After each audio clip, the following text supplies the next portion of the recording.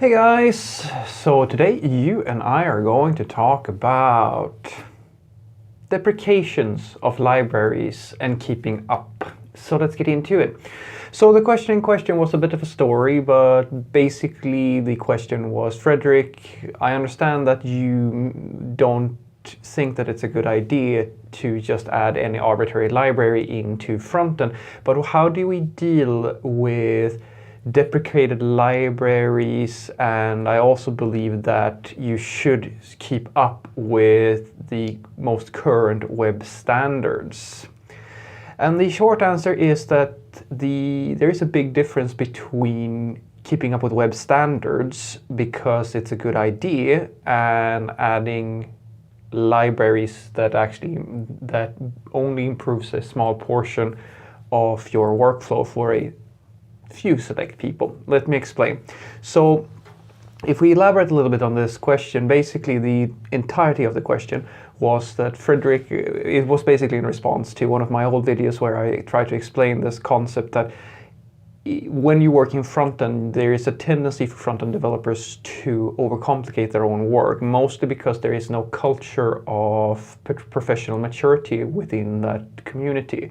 And most front-end developers actually fall victim to this thing where, oh, I have some small issue, I have something that would be nice, and I read a blog article or a post about, oh, this library makes this thing much simpler or easier, and then I convince myself that I actually need this thing, when in reality it's actually not solving a problem. It's just another way of doing something, and it usually just adds more libraries and so forth. So the subscriber in question kind of just posed that point that, well, Frederick, if you're never going to upgrade or if you're not going to use web standards, how do you deal with deprecation? And that is fundamentally a different thing from the thing that I'm trying to explain with this previous statement, because deprecation means that you have reached a point where there is actually a logical reason for you to upgrade something. You see, deprecation is not the same thing as just adding a library. Deprecation means that you've been on something for so long that it's actually not supported any longer. And I would like to just point that out and say that's a pretty good investment. Depends, of course, on the deprecation. I mean, you could have had a really shitty decision here as well and it's been deprecated after just a few months. But in theory, if you've been able to sustain your entire project just on, I don't know, jQuery for years and years and years, then it seems that jQuery turned out to be a very good investment for your company, or a shitty one depending on how the code base looks.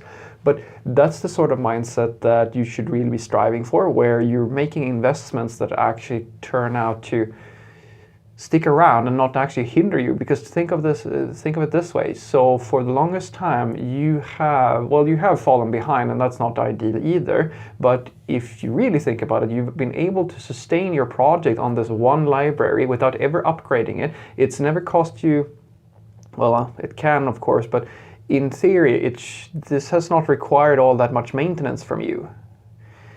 The only maintenance that you actually want is to be able to keep things fairly relevant. And that's the thing that I had a hard time understanding with this person's questions about him saying basically that, oh, but if I don't keep up with current web standards, I feel like I'm actually not pushing it as much as I should.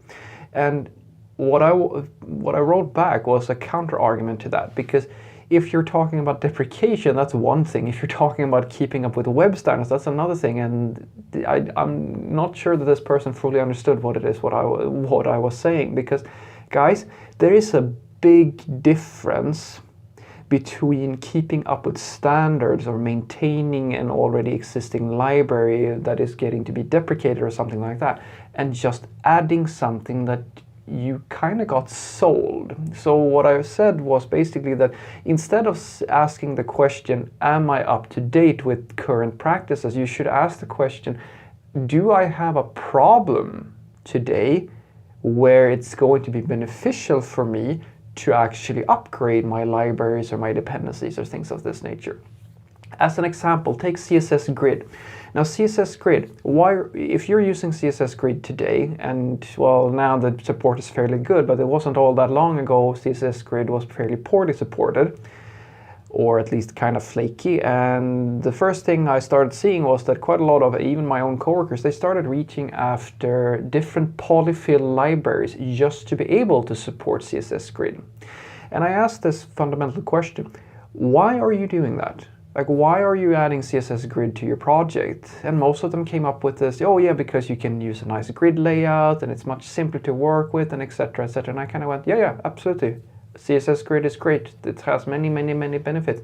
But to me, it seems like you're adding it in more because someone said you should, rather than you actually have a really concrete problem. Because when we looked over the work that they were doing, there was nothing there that was done that was CSS Grid specific. The problems we were solving were still the same problems. We could have solved them in many ways, even in an old style of working that would take roughly the same amount of time, same level of complexity, more or less, and the results would have been the same. But now we did it with CSS Grid instead because it's just better.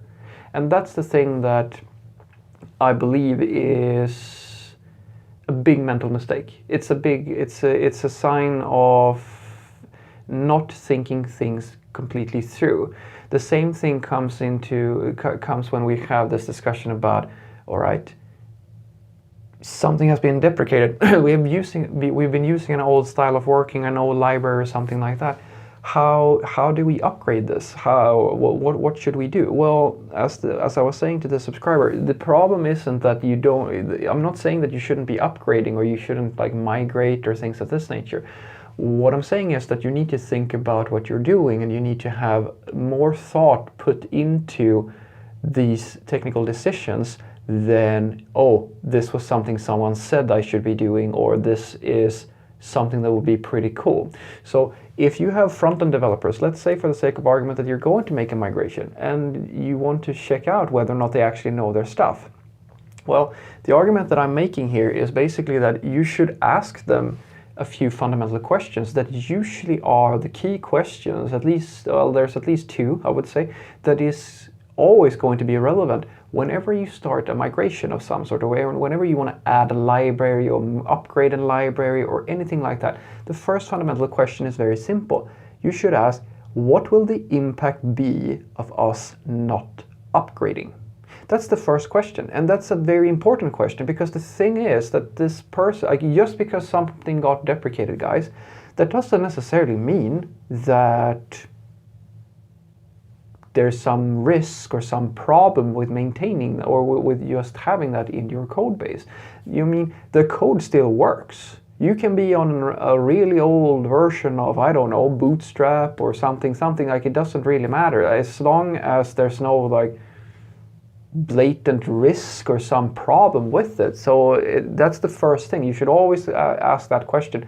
What's going to be the cost? What's going to be the impact of just staying where we are, kind of? But let's say, for the sake of argument, that you have made an informed decision and you have decided that, you know what, it is in our best interest to do this migration. Well, then the second question becomes a very natural question, and that is, all right, are we going to do this in a one-shot type of solution or like one big overhaul, or are we going to do it in an iterative manner?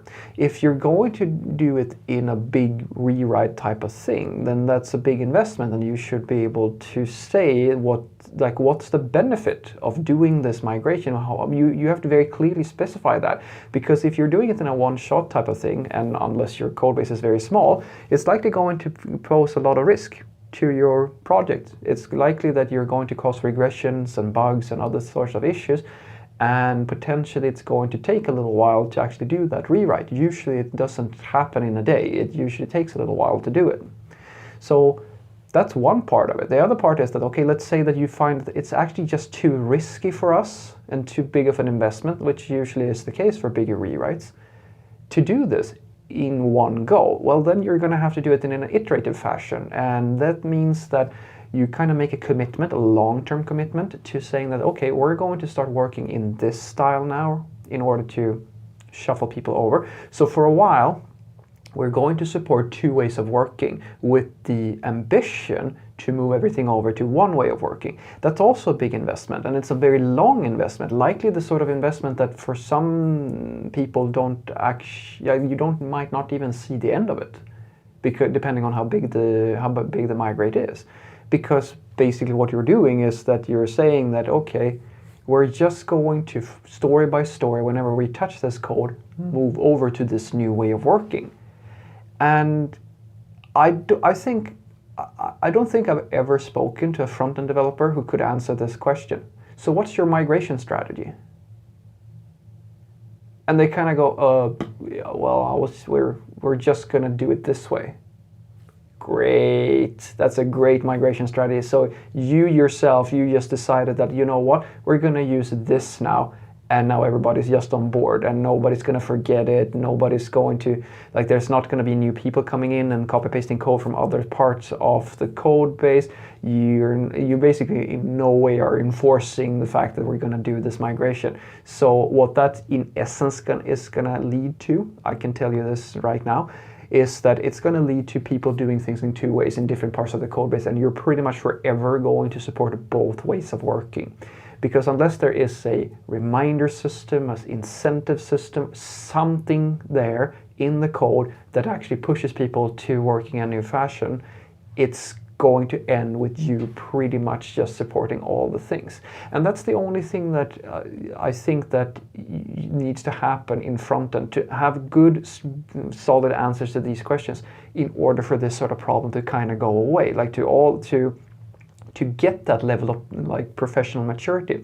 So what I want you to take away from this is that there is no reason for you to just adopt something because you feel that, oh, it's trendy or new, or it's in accordance with web standards. Just because everybody says that it's the newest thing, it's the best thing, that doesn't mean that it's right for you. You have to be mature enough to really understand the problem that these new solutions are solving. The way you should think about it is that if something new comes out, you should simply inform yourself, look into it and see, okay, I kind of know what this is doing, I kind of understand what the benefit is here, and now this is just another tool in your toolbox. So the next time you have a problem that fits this solution very well, or vice versa, then you can make the investment. But don't adopt it just because somebody said that, oh, this is the best thing ever. Especially if it doesn't actually add any more value than, oh, it's just another way of doing things. Unless you really make that value analysis that this, it's actually going to make a big difference, not just to yourself, but to the entire project, ideally.